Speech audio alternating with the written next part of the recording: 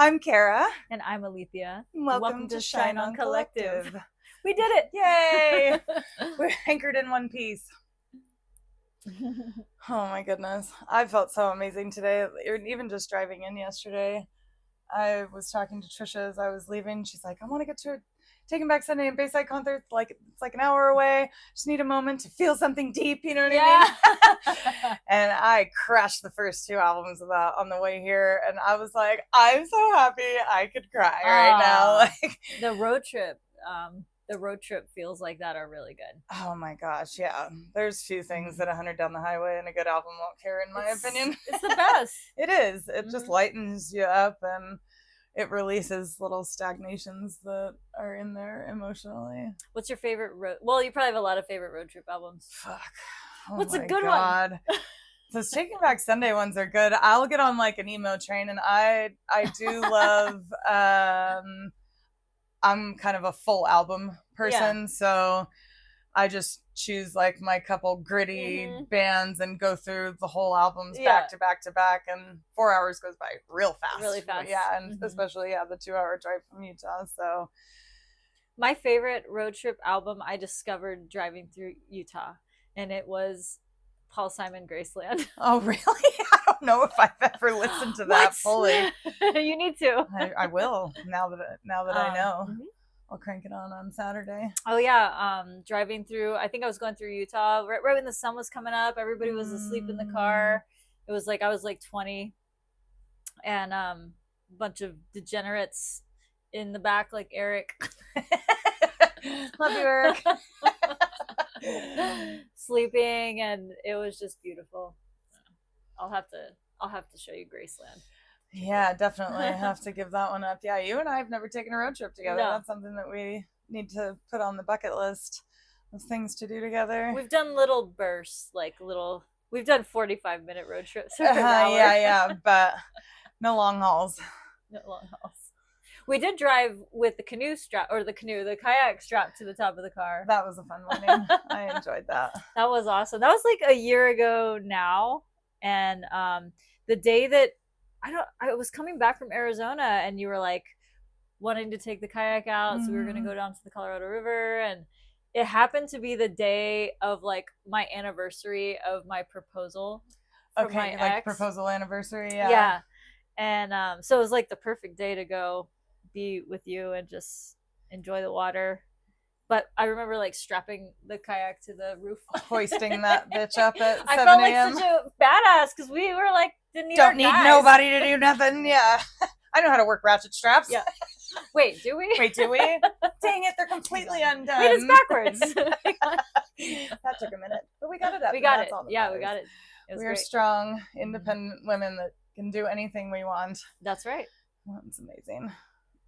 I was known for a long time for like getting all hyped up at 11 p.m. and be like, fuck it, let's just hit the coast. And so we would do girls' night. Oh my goodness. We had a buddy, it was like, you want to come along for the ride? And so he'd be like, girls' night. He would sit in the back seat all the way down to LA. Those were fun nights. And just belting out music that it's such a cathartic release. It is so fun. There's just nothing like live music and music that you love. And when you're sad, a good thing, like crying, and it cures all. Music heals all. It really does. Yeah. So much nostalgia in there and so many feels. And it's funny to go back to music that once would have like left you in shambles that you couldn't have even bared to listen to, and now there's like a liberation in being able to listen to it and like not be affected in the same way, and just like, man, I've come so far. I've grown. Yeah. It's so true. Yeah. So true. Yeah, the feeling of levity has been consistently compounding over the past 48 hours, and like getting my haircut today finally felt amazing. And I bet. I can't wait. Dude, I'm like a month and a half behind because I got a little busy. I am almost embarrassed to mention how long it had been since I got my haircut. It was really a full circle thing. I bartended at Mandalay Bay for a long time, and the girl that cut my hair at that time was working at the salon like across the street from the restaurant. And she was my go-to gal. I'd like finally found somebody that didn't make me look like a little box cutout. And then she left town, and the girl that was my hostess at that restaurant was going to hair school, so I kind of let her start cutting my hair or whatever. And she was my go-to girl. Then she left and moved to Portland. So December of 24, I went up to visit her, and that was the last time I got my hair. That's normally how I do it. Yeah, but then all full circle, I was like, oh my God, please just like send me somebody that can help with this situation. And the girl from Mandalay Bay had moved back into town, and she cut my hair today. I was like, I won't have margaritas on me, but if they didn't come from Mandalay Bay, they're not cutting your hair. Yeah. That's the rule. Yeah. Honestly, if it didn't come from that little generator space. That's funny. Yeah, it was I love that. fun, nostalgic. Yeah, moment. I never ever used to do regular haircuts, and when I got divorced or split up last year, I was like, I'm gonna start taking care of myself. So I've been like regularly every 3 months getting my hair cut. You. That feels nice. It looks so wonderful. No, it looks wonderful, and I like the length on it. It's all working out. It's been good because I'm always horse girl, you know. It's like throw the hair back, doesn't matter. We call the look we wear around here homeless athletic, you know, because we're always nice. Dressed for yoga or like jumping ready on a horse. To do things, but if I have to do a massage, all of a sudden I'm like ready to go. Might look sloppy, but it's functional. You know what I mean? Function over fashion. Always. But I do. There is something to be said about like taking the steps to take care of yourself and do things that are nice for yourself. And I preach that to people all the time. I'm like, get a massage regularly. You'll feel so much better. These are things you should invest in. It's going to make you feel good. But to tell people that are caretakers, that is impossible. Or for them to really anchor it in, like, you know, you get so much reward from helping other people that I don't need to give anything to myself. You know what I mean? Even with this cleanse, I've been taking my baths regularly, morning and night. That's like good. Doing 20 minutes in the morning with the clay and 20 minutes at night with the salt. And I was leaving, and I was like, I'm just bringing a little to go. Like, maybe I'll get a bath in while I'm on this week vacation. Because now I've gotten like spoiled with my soaks, and I love going to the springs so much, and that's just such a rejuvenating feeling. So, and living in a camper for this many years, the bathtub situation hasn't always been available, except for when I was living out at the springs where I could like constantly get my soaks. So that little piece and those little 20 minutes in the morning is like, oh my God, oh my goodness, game changer. It's a super game changer. And brushing your hair at night, and you know what I mean, these tiny little things. Even like putting on like face oils or washing my face, because I was such like into just partying and drinking, whatever. I didn't give a shit if I washed my face before I went to bed. Yeah, I'll wash my face and brush my teeth when I wake up, but what happens at night, I don't know. It's that woman. Yeah. So I was saying to Sabrag the other day, I'm like, I'm addicted to like my night getting ready for bed routine. Me too. I've been working on getting addicted to it, because there were so many years where it's just like, leave it out. It didn't matter. Yeah, I'm fine. And I love it. Yeah, I think you said it the other day, where it's like you can get addicted to the good stuff too if you allow yourself to crave it, and it takes getting kind of in that consistent habit to start craving something. So it's like, do something that's good to crave. It's so crazy. I think about that a lot. Like, why do we want to harm ourselves? Because it feels good to what is that do liberation there? That are not good that for are us, naughty. You know? Like, I want to eat like crap. I want to smoke. I want to drink. I want to do like all the things. What is that? I wish it was eradicated. I don't know if it's the devil, or I don't know if it's this like if we're supposed to be doing that for ourselves sometimes. I don't know, just enjoying some of the fruits of life, but it is a weird complexity, that like desire to like be naughty or like do something naughty. It's like, and bad for and your mind's like, yes, this feels good. Krispy Kreme donuts. Exactly. I'm gonna treat myself by doing something bad for myself. Why is that? I want to feel good by treating myself with something good. Yeah, I don't understand. That takes time and a perspective shift, big time. I know that. I mean, I'm sure in your sobriety you've found moments like that where it's just like, oh, okay, this does feel Yeah. like so much better than just being I either get out of my mind or I whatever get else. into like the feeling, especially with yoga and stuff. Sometimes I'm like, I don't really feel like it.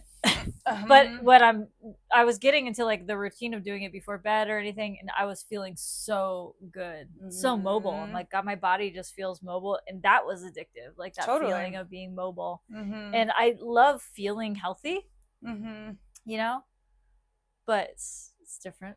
It is different. Yeah, you kind of have to like trick your mind. It's Yeah, like, yes, this is a high. Find yeah, this good high. it is. There's a lot of good things. It's like Kundalini, getting Mhm. high on your own On your supply, own supply. and Yeah. there is I can say that I've had the most blissful moments I've ever had, and I've laughed harder than I've ever laughed in my whole life being on this side of sobriety, which I think is crazy. That is, a wild thing because I Yeah, haven't taken some like long stint in sobriety. Like I don't drink a whole lot, but I have been a yeah, consistent drinker my whole adult life. So I've never like made it to that moment where it's it's like been months since I've drank and now I'm yeah, having all of these other feelings that it's hopefully throughout this cleanse wild. I can really like get there because Yeah, that like cold beer at the end of the day is still like I still crave that. That still feels good. But even throughout this cleanse, like I've had my like cave moment and it's like I get halfway through it and I'm like, that doesn't feel good in my no, no, belly. That doesn't feel good in my yeah, belly. No, we're not doing this. yeah, Yeah. Tomorrow's gonna be different. And it is. And I've done that. I've done really, really well with it. So forgiving yourself. yeah. Hmm. How long is the whole thing? I mean, it can, However long you want it to be. it is kind of however long you want it to be. Um, there are like blocks. So for each organ, you're really only spending a week or two in each Hmm. space in the body. So So you're moving through the organs, yeah, it's like the chakras. from the bottom up, inside out. Yeah, totally. Because Awesome. you want to clean your colon and gastrointestinal Hmm. system before you clean your liver and Yeah. push everything out of it. So you clean the Yeah. space that all of the other sludge is going to be coming through first, and Smart. then yeah, kind of do the full flush at the end. That's awesome. Does it go like all the way to your brain? Yeah, I mean, there's neurological effects to all of each portion of it Mm-hmm. because, especially with the relative cleanse in your gastrointestinal and just like your gut cleanse and like where any parasites can live, that is messing with your brain. Yeah. I can say that with affirmative truth from experience that like even the first 2 and 3 days this time around, it took like a week or two, maybe Mm-hmm. three last time that I did the cleanse. This time around it was like day 2 and 3 I was like, whew, okay, like do I have ADHD or just parasites, you know what I mean? Wow. Like it's so wild how like the execution of your tasks every day and your intentions just become Mm-hmm. clearer, brighter, easier to get through. There's not all of this deliberation Wow. about the next task.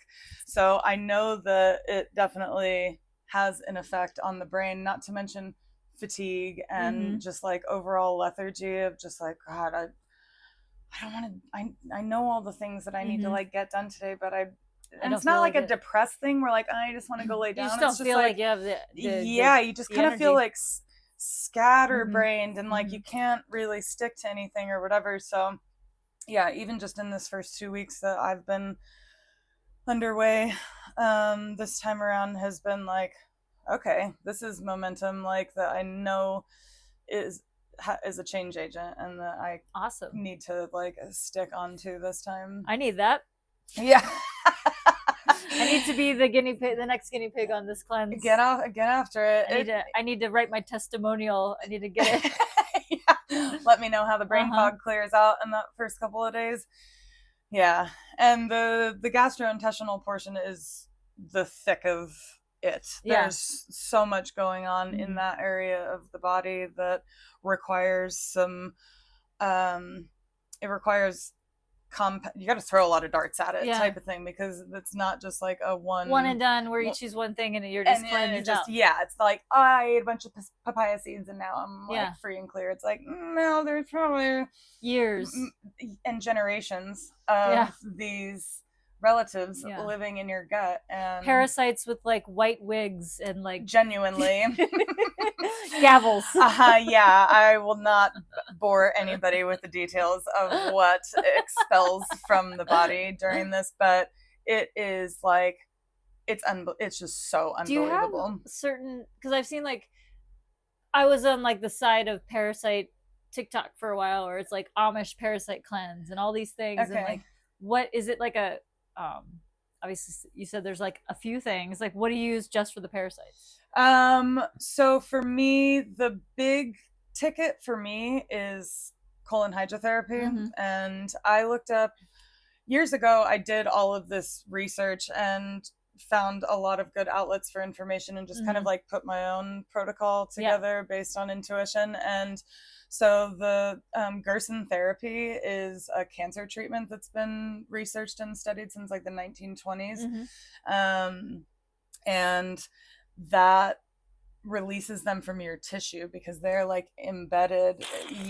Like picture like an arrowhead embedded in your tissue, and they're just collecting and eating all your food and stealing all of your energy. They're literally little energy vampires. And so the coffee enemas help to like release that and really purge, because that gets all the way up into your liver. Wow.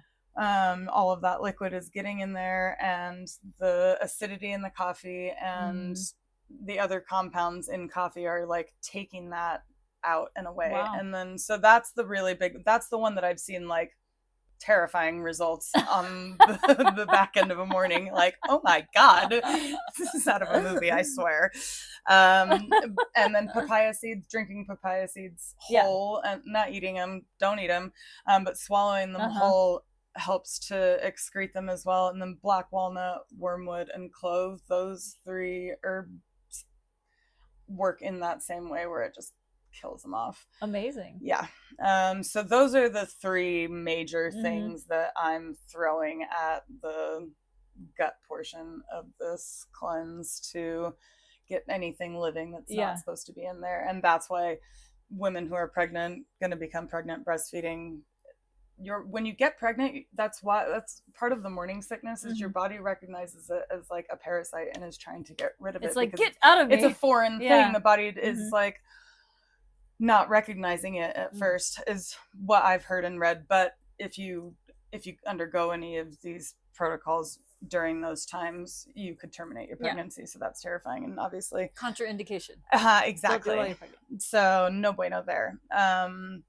But speaks to its power for sure. So yeah, and then just the gut cleaning foods to help replenish your mineral content, because you can imagine so much stuff gets built up in that area of your body over years. I mean, I think if you eat a steak, it's like it's in there for like 4 and 5 days. I don't care what your bowel movements look like. It's taking 4 and 5 days to get all of that out of your gastrointestinal system. So years on years on years, if you've never flushed any of that out, there's a lot in there. So it's taking out all of, like, you're flushing all of your mineral content out of your body as well. So you're having to like replenish that with electrolytes and melon and, you know, apples and bananas and avocados and spinach, and doing all of these things to help like replenish it. I have to get on it.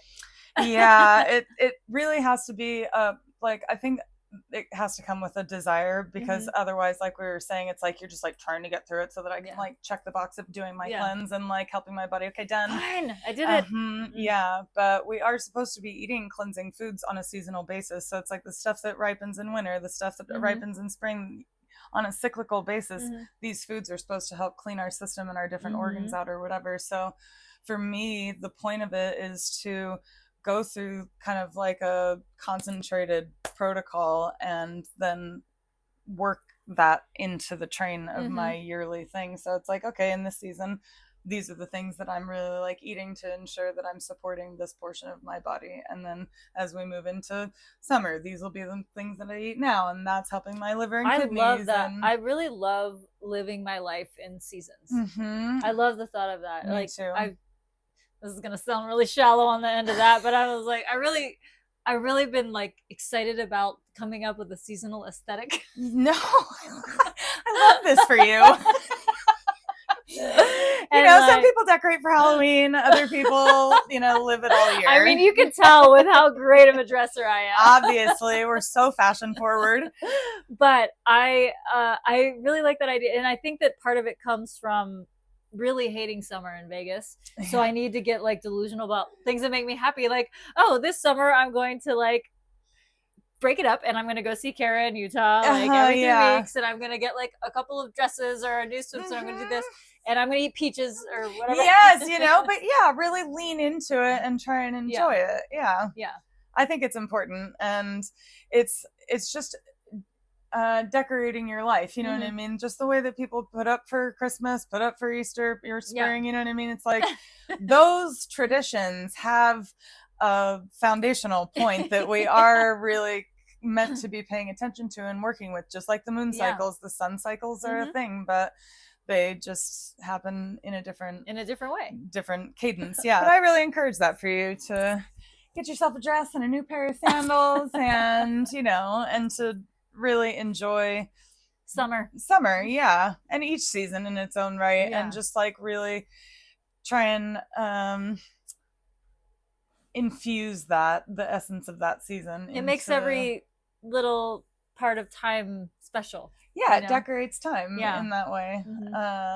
And just adds to the depth of the memories that you make in those moments and whatever. Like, and it's also food wise, it's nice to be able to eat when things are in season, because your eating gets to change all the time. You get to try new things and make new things and work with what's there. Well, because we're so used to having our food shipped from all over the world, and everything's ripe all year long, and that's just not how nature works really. And so it brings you back to those fundamental cyclical practices that I think just tune you into nature and your body, and operate in reciprocity with it. To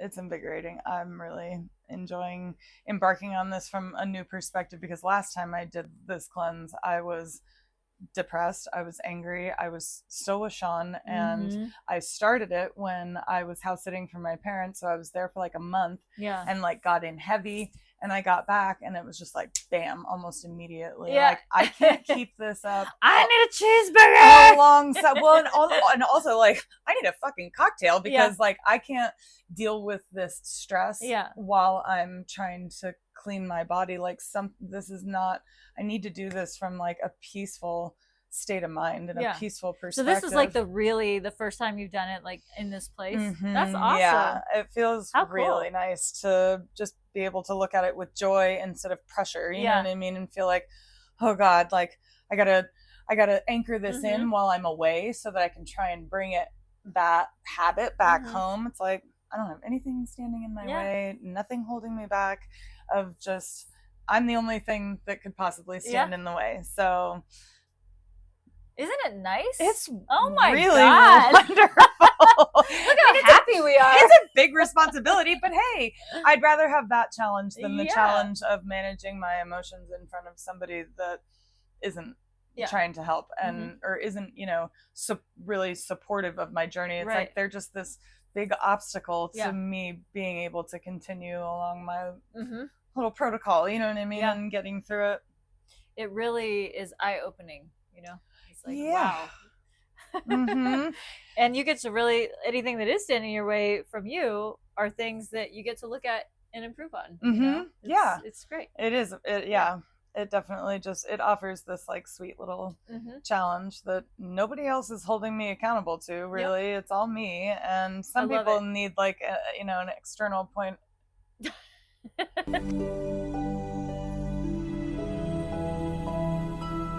I have one more question though. I'm dying to know. Yes, please. Do you have a name for this cleanse? God, I guess I haven't really named it. It's really just like a full body, organ, mind, energetic cleanse. I don't know. I'm sure I would have come up with a name with it, because I was starting to write out, put everything down when I was creating the website. So I know that I would have come up with some little name for it that felt right. But now that you're doing the journey, in this frame of mind, you can come up with a name. Oh yeah, the creativity will Yeah. come swinging on down. Yeah, and it's just nice to be able to share it with somebody. I had, like I told you, I purchased that computer and it showed up with like a faulty battery, and I had to ship it back. So that I just took as like a divine nudge of like, quit holding on to this being the only way that you can share this information. Find another way, and just let her rip, because misprocurement over here, Miss Planner and playing in the paint. Really wanted the presentation of it to be comprehensive, thorough, inviting, well-informed, and you had put it off because you were waiting on because I was waiting computer. on being able to do that, and then I finally get the computer, wrong again. They're like, find another way around. Isn't that so funny? Share it some other way. I love the universe when she just gives you another little lesson. Yeah. Well, and it's also been another way, like the desire to share the information, just because I've had such a mind-blowing experience with the first couple of weeks of this, both times that I've done it. I've been so encouraged to share that information. And so having to circumvent the website problem and the computer problem and just sharing it out of that desire has helped hold me accountable. Like, gotta, you're on a train now. You've said you're gonna share about this. You said that you're gonna tell people. I mean, I want to hear about it, and I think it would be so cool for you to do like focus group journeys with people. I would love to do that, because then it holds them accountable. If we have a place where we're like, we can check in and we can talk about, we can draw images of what we see coming out of us. Yes. Yeah. The parasites. Don't ask for pictures. That's what I told you. I recorded what I was going to share a couple of different times before going a different route with it. One of the things I says, no, I'm not going to show you pictures of my poop. If you want them, I've got them, because I'm fucking disgusting, and I'm really curious, and like I'm so interested in like, how is that possible? Because there's been a lot of lashback I've noticed from like mainstream media and big pharma of like, parasites aren't prevalent in the US and blah blah blah, and like because it got so big on TikTok and so big on social media, all the parasite cleanses, and there's a myth that there's really no such thing as cancer as we know it. It's parasites embedding in your tissue and your body trying to protect the rest of itself by creating a tumor around it, and then it gets all nasty in there, and that's what creates, quote, cancer. And you're like, by looking at them, I could believe that. Exactly. And so it's like, this is proving to me that yes, we do. Like, I mean, obviously I'm a camper. I've been around horses and animals my entire life. I have lived an alternative lifestyle that's put me in certain scenarios where I'm more susceptible to attracting parasite infections, but I am watching that it's so easily contractable in our daily interactions and environments, especially closed living spaces. It's rampant, in my opinion. So yeah, I think that it's really important to go through it, and that it's very, and then it's very true that those little relatives do exist in there and want to come out, or we want them to come out, so that they're not creating stagnancy and these like energy pockets for things to go and live and fester inside of us. So I'm excited to see how it all goes for you and to learn more. I'm excited to share it. It's just trying to format it so that it's palatable, and to like, that's I think what I struggled with most in this. Like, okay, fine, you can make your introductory post, you can kind of give little overviews and get people in the right frame of mind to embark on the journey or whatever, but like actually giving out this onslaught of like a ton of medical information, and biological information on these different foods and fruits and herbs and all of these things that you're throwing into your body. It's like educating people on that is really important for somebody to have an understanding of why this protocol looks the way that it does, or whatever was necessary, in my opinion. So trying to format that in a way that I can be like, here you go, here's the information, and understand. So I am excited to get to that point, and I will surely continue with that like written form of it on the website whenever my computer decides it wants to be a part of my life again. May 7th. So yeah, I'm very excited to share it and try different ways of bringing people in to be able to answer questions and to be able to help people feel like they've got support throughout it, because it's hard. Yeah. Especially if you have addictions and bad habits that you're trying to get through, because the bad habits are harder to quit than it is to like start new habits, I think, good or bad. So. Yeah, rolling into a cleanse for me right now would be like not too shabby compared to how it was 3 years ago when I was drinking. Exactly. Yeah, it's like if you drink and you smoke and you eat like shit and you're in like you know, gnarly environments all the time, it's and have maybe not a very clean lifestyle, that alone, it's like I'm gonna have to take care of a couple of those things before I like go embarking on the cleanse. Yeah, so it sets people up to want to, or maybe want to, make a lifestyle change out of it, instead of just this little 72-hour cleanse that gets me through it and makes me feel like I did something for my body. It's like, but the other 98% of the year she's struggling, you know what I mean? So what is it really doing for you? Exactly. So I love it. Yes. So yes, Gladius, we have had 3 weeks of shows, and we used to do like 2 shows a year at the ranch. So like Halloween and spring shows would be like our 2 big times. Yeah. And well, actually, so we had investors come in for our show like 12 years ago. They put $10 million into our show. Long story short, the lady was crazy. That show collapsed. They opened the show on their own. Ended up on the news, like left the cast. Yeah, that whole Woo. And we ended up back in Vegas and started building in our backyard. And that's when we started doing community shows. Like we used to do them like monthly. And then we tried to go on tour on our own, but we didn't. We raised a Kickstarter, but didn't really have enough money to sustain it. We were like, oh yeah, we can go on tour with 30 grand. We don't need to advertise either. People are just gonna come. They're just gonna show up. People are just gonna come and buy tickets. That's right. And social That's media gas money and horse feed at really best. different then. Social media wasn't what it is now. So obviously that didn't sustain. So we came back to Vegas. We all have our own things going on. I have my own job, all these things, and horses have always been hobby kind of part.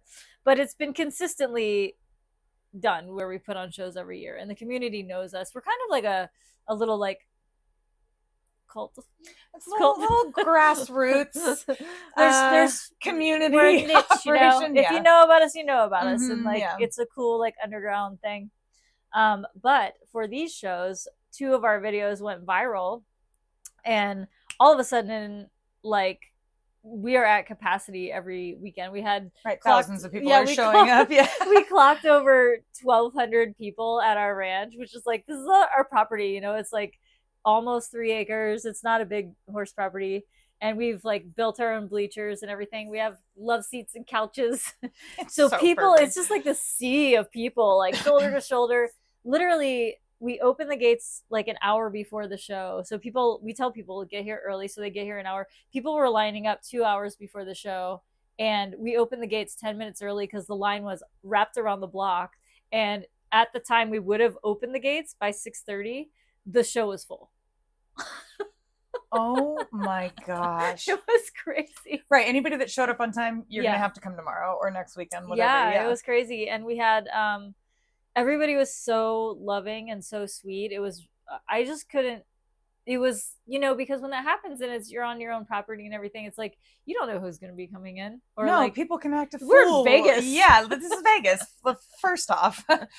But the way that we talked on our video was like, we want to bring the community together, and the show's free. So like, bring your family. If you can't afford to go and pay strip prices on things, this is how you can come have fun with your family. And I think that energy going into that and that reason that it went viral was the energy that it brought into the show. So everybody was so loving and so cool, and the crowd was just, I literally, like, the first weekend I cried through all the shows. Aww. I was just crying. It was awesome. I'm not gonna cry here. Oh no, but that's just like, it was amazing because we've worked our whole lives doing this, and people were asking me, they're like, is it so cool? It's like you've made it. And I'm like, we've never made it. We've always made it. Like It's a little Spidey. He's fine. But it's like this is it. This is what it is. So whatever, it doesn't matter where the show goes or what happens, or if we got on, I don't even know if I would want a strip show now, but it's like, it is about the journey. And so it's just, we've reached the point where it's just so cool what we're doing. And I'm in it at a place of like being so sober, and I'll look around like while we're training here, and I'm just like, the amount of like wholesome fun that we're having. Like I've got these friends and they're like 8 and 13, and like I'm also hanging out with like their mom and like their grandma's here, and like we're having like the best time I've ever, like I'm like laughing till I can't laugh anymore. And you know, goodness. It's just, I love what we've built. Well, and that's how you know you're doing something right, I think, is where it's like, I couldn't ask for any more. Yeah. And I'm wholly in my joy by just existing in the space and doing what we've always done. It's not about the success of it or like where it goes from here. It's just that we get to be doing this and other people get to be enjoying it with us. Yeah. And we get to be, we're doing it our way with our own complete creative freedom. And it's so much fun, you know? And it's like, do I have goals of what I want to do with it? Yeah. Do I want to be like ridiculously rich so we can like take care of all the horses? Yes.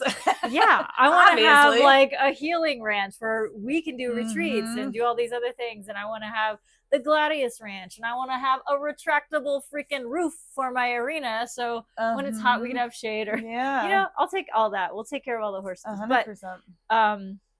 But I'm still fulfilled. So it's like, I have no attachment to the way things will come to me or to any particular outcome, except that we get to be experiencing what we love with who we love.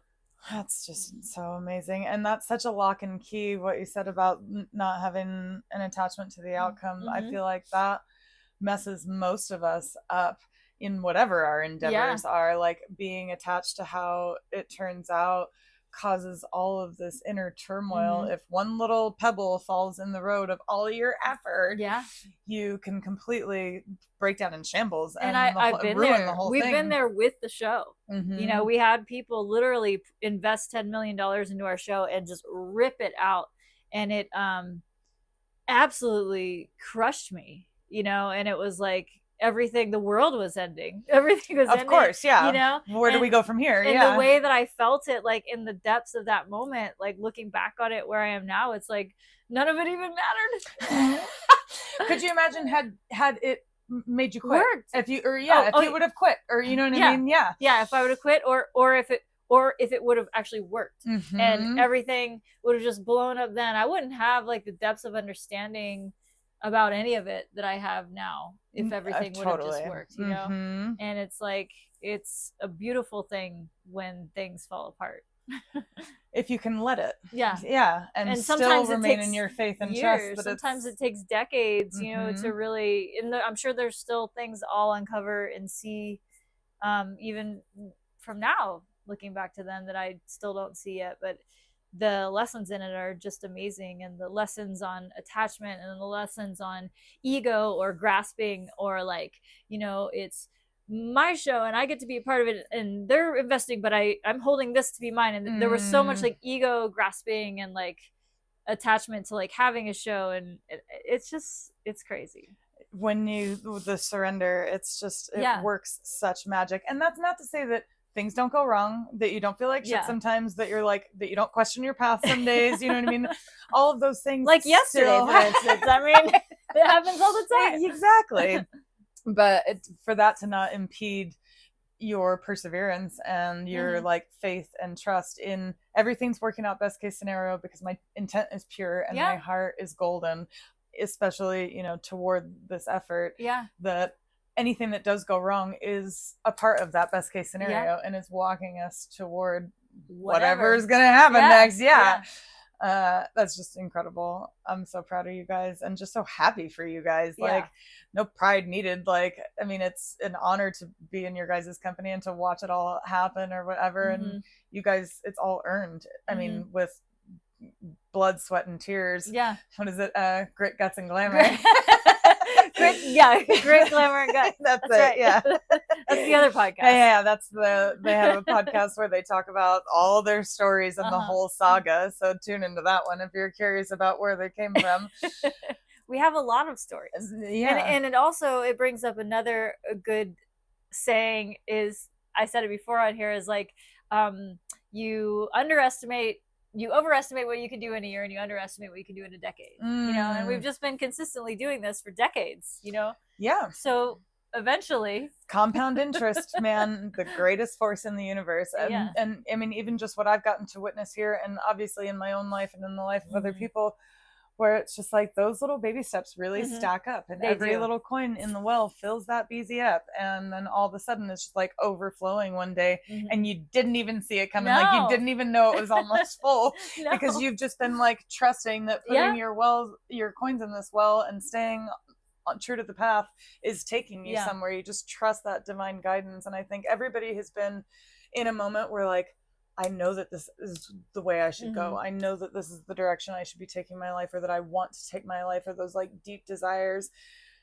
following that and finding a way to at least just take the baby step toward it. Even if it's a small habit. The journey of 1,000 miles begins with a single step. It does. Or whatever. It does. Exactly. So true. It's just that tiny little, I found a picture the other day of me and my partners, and it was the first day we started digging the holes for the aerial rigs.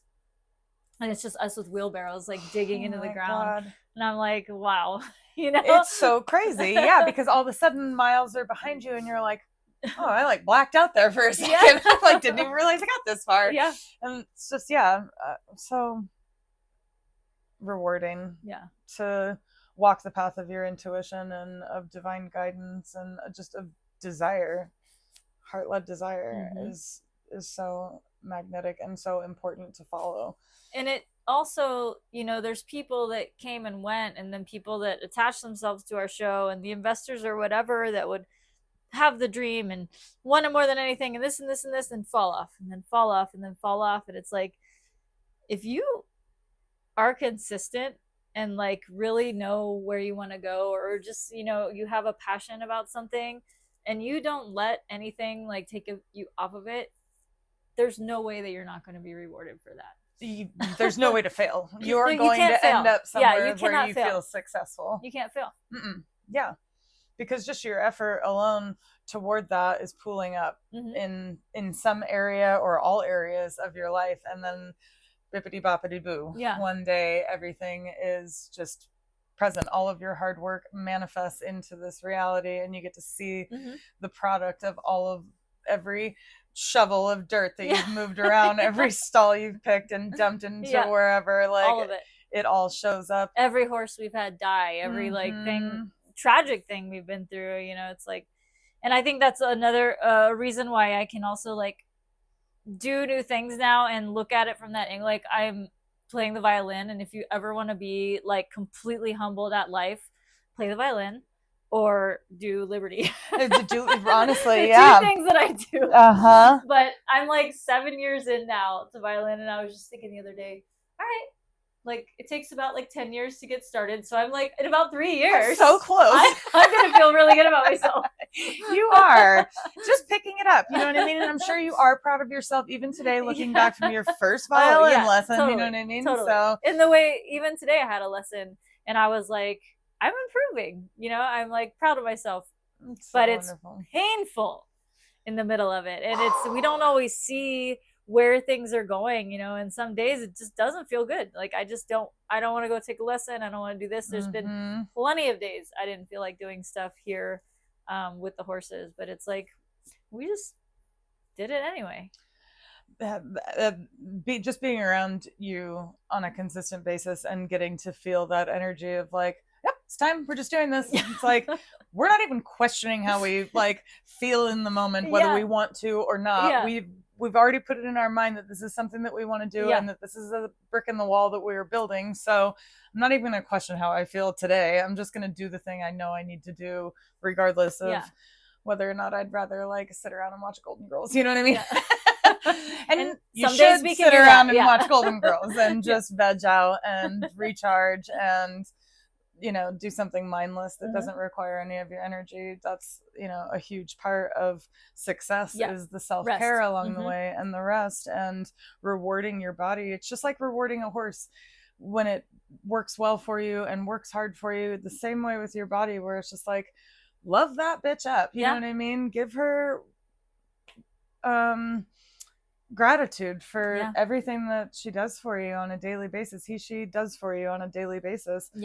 By nurturing it and giving it that rest and honoring the rest. The rest is hard. It's witnessing it not only in myself, but especially in other people. Like, people really struggle to do nothing. It's a very big struggle. And I say that from somebody who has struggled with it my whole life, to watching it in my clients. It's tough. Yeah. And it just, it really weighs heavy on the heart and the mind, and creates a stagnancy that nobody needs the impediment of along the road to manifesting a desire. That's for sure. So agreed. Do the thing, but also rest. But also rest.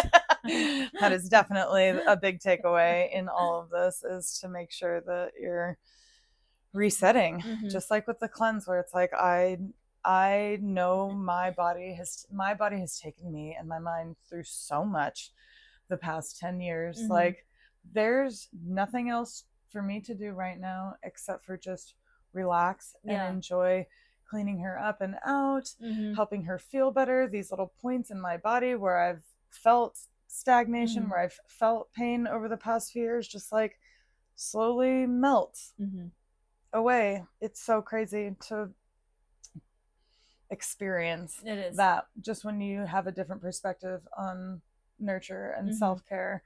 There's a huge difference to me between like self-maintenance, which is clipping your toenails and cutting your hair, and you know what I mean, and like taking your shower, being a real person, wiping your butt, and self-care, taking a bath and just like sitting and staring at the wall and relaxing, or reading a book that you've been putting off. Giving yourself well-deserved like things that feel luxurious.